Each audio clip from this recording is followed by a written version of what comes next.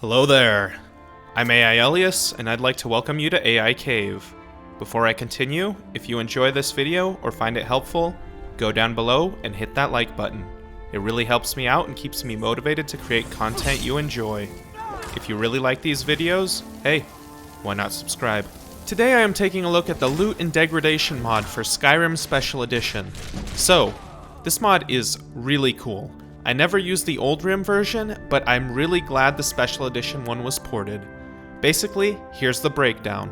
Loot and Degradation distributes tempered and enchanted weapons and armor to the enemies of Skyrim. On top of that, it also adds equipment degradation and breakage. A few other miscellaneous changes are also added to better flesh out the mod's mechanics, like enemies being able to retrieve better loot from fallen foes or allies mid-combat, smiths being able to temper items and equipment for you, as well as smelting for broken equipment. So that's the short of it. Let's hit the deets, shall we? To start, let's look at the loot aspect of this mod.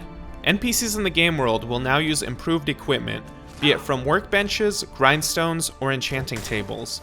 The quality of these effects depends on the NPC's levels, so you don't have to worry about running into level 1 NPCs with legendary improvements, unlike the footage, where I turned up the values to max. If you really want to see stuff like this though, these rates are all configurable via the MCM.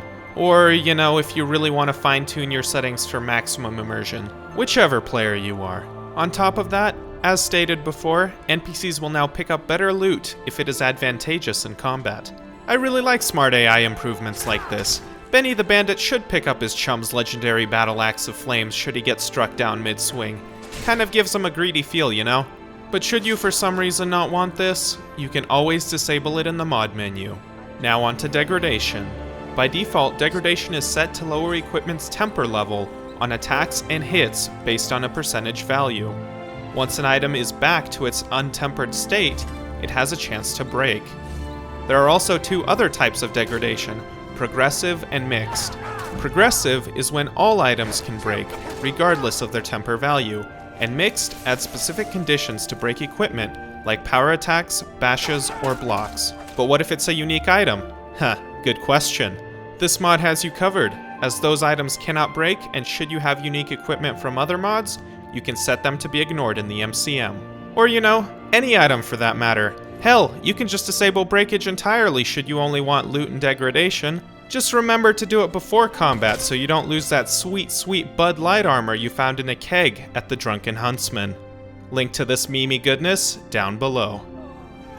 What else? If you block a hit with a shield, your armor will be protected, but not the shield. Degradation scales with item quality, so Daedric is less likely to degrade than iron. And lastly, Mage Armor can disable breakage and degradation while active. You get the picture. Oh, these features can also be enabled for your followers should you really want to make your life miserable. Once an item breaks, fragments of said item will be placed in your inventory. These can be taken to a smelter and recycled back into ingots, which you can use to craft new weapons and temper them. It's a nice gameplay loop, really. The last changes this mod makes is to services. These are done to completely flesh out the previous systems and avoid holes in gameplay. To start, blacksmiths and fletchers throughout the game will now be able to temper your items for a fee. This way, you don't have to be a smith to take advantage of equipment upgrades.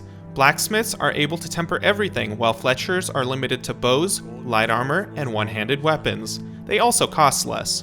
The cool thing is, certain craftsmen are more proficient at their work than others. This proficiency level stretches from apprentice to master, with an all-new artisan level in between expert and master.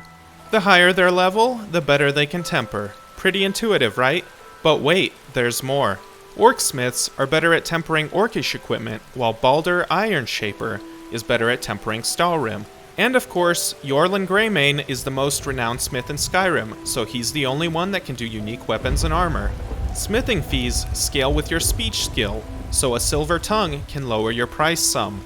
As you use smiths, their ability will grow, and they will be able to temper items better and better. But should you choose not to use them, their skills will still develop at a rate of 2 levels per 6 months. If you want more immersion, you can also set tempering to take time, in hours, after which a courier will deliver your improved equipment. Finally, you can always forgo this entirely and just enhance items at the appropriate stations or even use repair kits added by this mod. Their power is weaker, but they're more versatile as you can carry them in your inventory. These can be crafted or purchased. To wrap all these new changes together, the mod comes with HUD widgets for equipment degradation, pop-up messages, and status hotkeys to check on your gear. All of these can be customized to your heart's content, so I won't go into any further details, but trust me, there's a lot here. Overall, this really is an amazing hardcore immersion mod, definitely worthy of accompanying the likes of Frostfall and I Need. I can see how this mod would synergize fantastically with mods that improve armor ratings, as the better defensive buffs could be balanced with the breaking and maintaining of gear.